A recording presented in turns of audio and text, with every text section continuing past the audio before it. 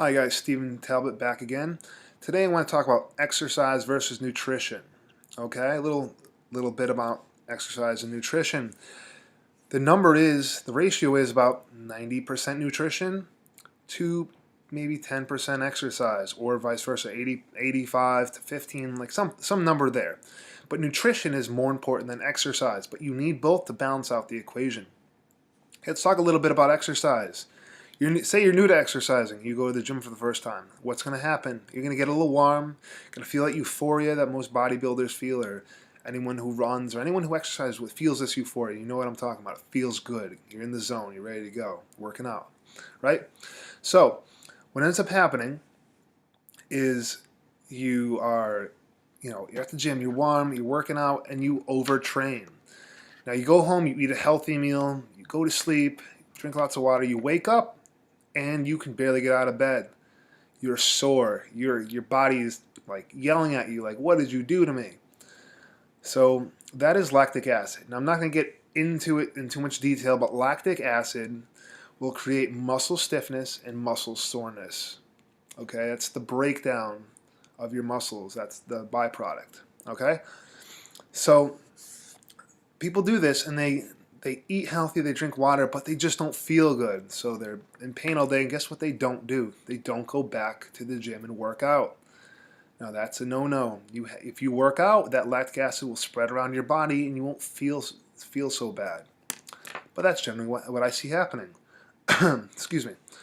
So, what does exercise do for you? Well, for one, it will lower cholesterol. Burning calories and burning the fat in your body will create, just a general better immune system, better health. Will flush a lot of the toxins out of your body, and this is due to your metabolism being boosted by you working out, which will create which will make your body digest food better, and also digest it faster. Okay? By increasing your metabolism, you're going to get energy. You're going to get a lot of extra energy. You're also going to fall asleep faster because your body's going to go into recovery mode. And when you start to lay down, it's going to get ready to recover overnight, which takes up energy. But most importantly, when you're working out, you get euphoria. This runner's high, sometimes they call it. Bodybuilders just call it a pump.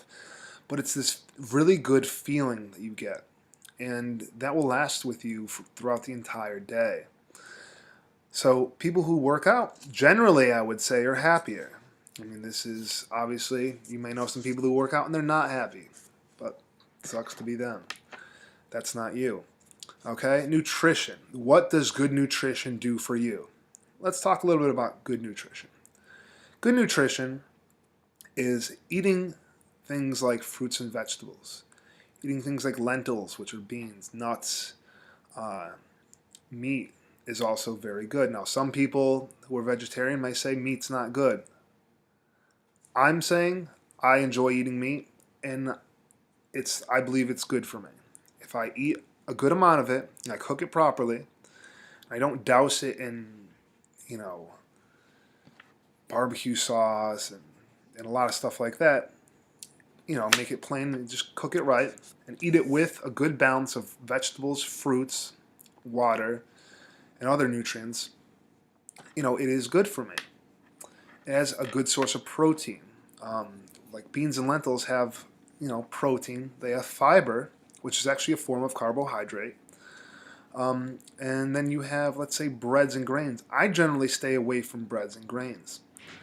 I don't like that feeling that I get after I eat them, and I get my carbohydrates from a protein shake that I have. I also can, I'll eat breads and grains, but I generally don't. So you're also, with good nutrition, you're going to have much better vitals, you're going to have energy, you're going to live longer. Assuming you don't get into a car accident, jump out of an airplane like I have, you'll live longer. But the main thing it does, you have a better immune system because you have all these nutrients in your system, and you have less of a chance of getting sick or having a long-term health problem. And that's something that's very, very major. You see a lot of the people who eat McDonald's. What is a long-term health problem related to McDonald's? Besides the fact that the stuff is disgusting, full of grease and fat, obesity. People who don't realize this, but obesity is a long-term health problem, but it can be reversed. And how is it reversed? By good nutrition and exercise.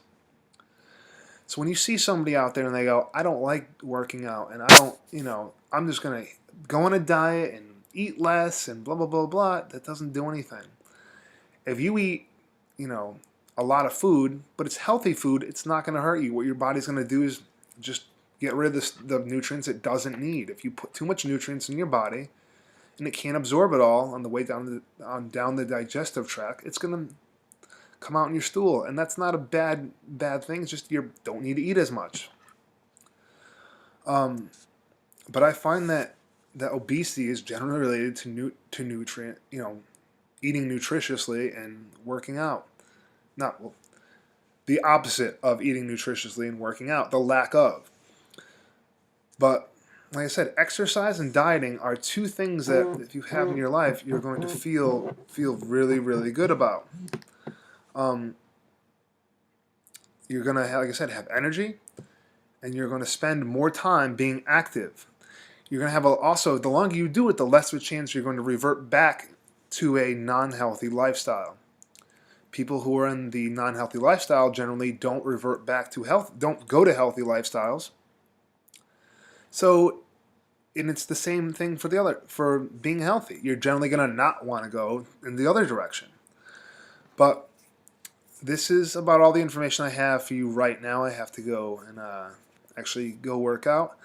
I'll be back, and just hit the subscribe button below, and thank you for watching. Stephen Talbot, out.